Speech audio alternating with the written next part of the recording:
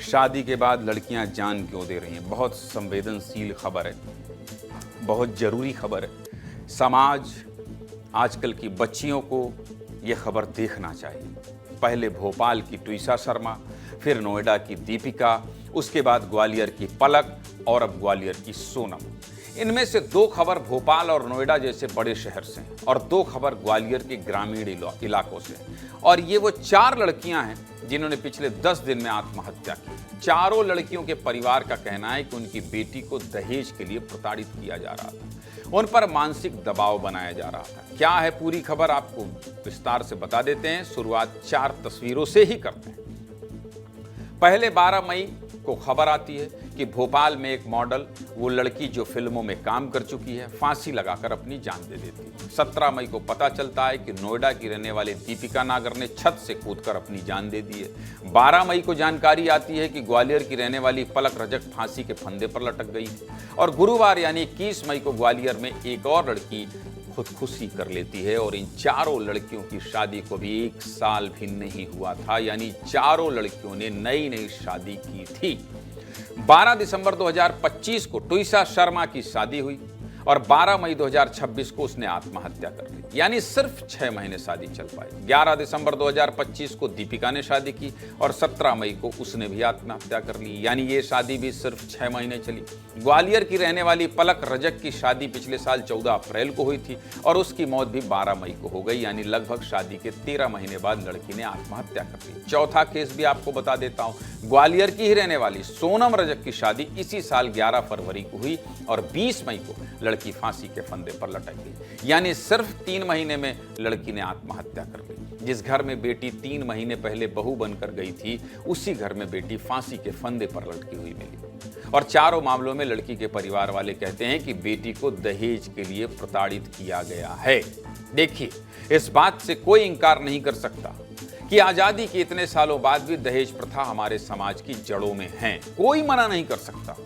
सब कहते हैं कि दहेज लेना और देना दोनों अपराध है, लेकिन आज भी हमारे समाज में दहेज को शानो शौकत माना जाता है। अब ये नया ट्रेंड चला है, जो जितना दहेज देगा उसका उतना बड़ा नाम होगा। लड़की के पिताजी ने दहेज में अगर फॉर्च्यूनर दी है तो गांव में उस व्यक्ति की पूछ परख पहले होगी। गांव की दुकान पर कोई सामान लेने जाएंगे तो दुकान वाला पहले चाय पिलाएगा, कहेगा वाह बाबूजी दहेज में आप बहुत बड़ी गाड़ी दी हैं। वहीं दहेज में अगर किसी के पिता ने बाइक दी है तो उसकी इज्जत कम हो जाएगी। ये लोगों की मानसिकता है भाई साहब, ऐसा नहीं है कि मैं मनगढ़ंत बातें कर रहा हूँ। और अगर आपको ये सब झूठ लग रहा है तो चलिए कुछ आंकड़े आपको दिखा देता हूँ। देखिए, 1 जुलाई 1961 को भारत सरकार ने दहेज प्रथा पर रोक लगाई थी। 1961, लेकिन दहेज बैन करने के बाद दहेज के मामले कम नहीं हुए बल्कि और ज्यादा बढ़ गए। 1987 में दहेज की वजह से 1900 लड़कियों की हत्या हुई थी, लेकिन 1997 आते आते ये आंकड़ा 6000 पहुंच गया, यानी 215% बढ़ गया। साल 2000 से 2011 तक केस और बढ़े, लगभग 40% की बढ़ोतरी हुई, यानी दहेज के लिए 40% हत्याएं ज्यादा हुई।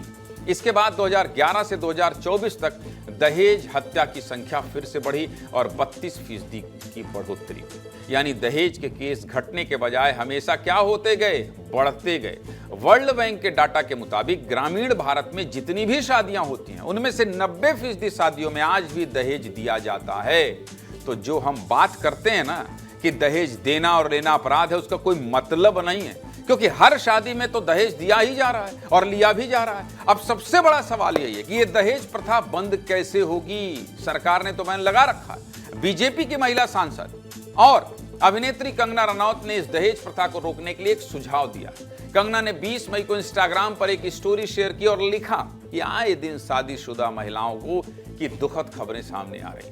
कई पढ़ी लिखी लड़कियां भी मुश्किल स्थिति से बाहर निकलने के लिए अपने माता पिता से मदद मांगती हैं, लेकिन भारतीय समाज बेटियों को शादी के बाद पराये घर का माना जाता है भारतीय समाज में। इसलिए मेरी युवा महिलाओं को सलाह है, आपकी जिंदगी में आपका करियर सबसे महत्वपूर्ण और जरूरी है।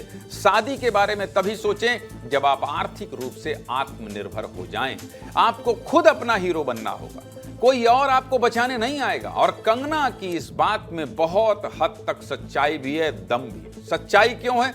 उसकी वजह भी आपको बता देता हूं। अगर लड़की पढ़ी लिखी होगी, अपने करियर और आत्मनिर्भर बनने की चाहत रखती होगी, तो उसका ज्ञान बढ़ेगा, उसमें रिश्तों की समझ आएगी, समाज को देखने का नजरिया बदलेगा, और अगर वो किसी के साथ खुश नहीं है तो उससे अलग होने की हिम्मत भी दिखा पाएगी। हमारे समाज में यही तो दिक्कत है कि लड़की घुट घुट कर जी लेगी, लेकिन तलाक नहीं लेगी, अपनी जान दे देगी, लेकिन पति मरता भी है तब भी उसे नहीं छोड़ेगी। इसलिए नहीं छोड़ेगी क्योंकि उसे डर लगता है कि तलाक दे दिया तो कहां जाऊंगी, किसके पास रहूंगी।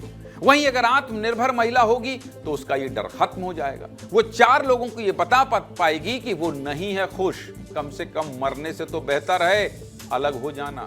जान तो रहेगी। जो लोग आत्मनिर्भर होते हैं वो बच जाते हैं, नहीं तो होता है क्या होता है वो भी आपको दिखा देता हूं। देखिए, ग्वालियर की रहने वाली सोनम की शादी 3 महीने पहले हुई थी। 3 महीने बाद पता चला कि सोनम ने आत्महत्या कर ली। आत्महत्या की वजह तो नहीं पता चली, लेकिन सोनम का परिवार यही कह रहा है कि लड़के वाले उनकी बेटी पर दहेज का दबाव बना रहे थे, कूलर की जगह एसी मांग रहे थे। सुनिए सोनम के परिवारों का आरोप। पहले मैं ही गया था तो वहाँ उसके स्टेज पर पड़ी थी बच्ची, उनके लड़के 25 से कुछ था भी नहीं वहाँ पे। वो बाहर थे, क्या कर रहे थे क्या नहीं मुझे नहीं पता, लेकिन मैं वहाँ 20 मिनट तक बैठा था रूम में। उसके बाद में वहाँ आई हुई लड़की के पास, और उसको इतना मारा पीटा, इसको इतना टॉर्चर किया है बहुत ज़्यादा। वो दहेज को लेके ये दिया, अभी कूलर का डिमांड था, फिर ये सी चाहिए तो ये सी भी दी उन्होंने। परेशानी ज़्यादा थी उसको, उसकी सासू माँ बहुत परेशान कर रही थी उसको। वहीं जिस लड़के से सोनम की शादी हुई थी उसका नाम निखिल रजक है। निखिल रजक का कहना है कि दोनों के बीच कभी कोई विवाद ही नहीं था, बस मोबाइल रिचार्ज को लेकर थोड़ा कहासुनी हुई थी। पुलिस और सोनम के पति का क्या कहना, ये भी सुना देता हूं। कोई घटना ज़्यादा वैसी नहीं थी। रिचार्ज का ये बात है कि मेरे घर पे वाईफाई लगाया था, मैंने सुविधा पहले ही से रखी थी कि रिचार्ज नहीं करवाऊंगा, व्हाट्सअप कॉल जो भी होगी व्हाट्सअप होती रहेगी। परिजनों का आरोप है कि परिवारजनों के द्वारा लगातार शादी के बाद से ही, शादी के समय से ही जो बाइक को लेकर के आ रहा था, इनके द्वारा स्प्लेंडर बाइक दी गई थी, और लगातार जो आरोपी पक्ष उन्होंने बताया उनके द्वारा अपाचे बाइक की मांग की जा रही थी। परिजनों के कथनों के आधार पर और पोस्टमार्टम की जो भी रिपोर्ट आती है, इसमें आगे प्रकरण के पंजीबद्ध किया जाएगा और विवेचना की जाएगी। मेरे दिल की बात हिमांशु ने इतनी कुछ बता दी है कि मुझे लगता है कुछ बोलने की जरूरत नहीं है। सीधे मुद्दे की बात यही कि अगर आप लड़की हैं तो अपने आप को मजबूत बनाइए। आपको अपनी लड़ाई खुद लड़नी है, कोई आपको बचाने नहीं आएगा। इसलिए थोड़ा सा मनोबल बढ़ाइए, भरोसा कीजिए।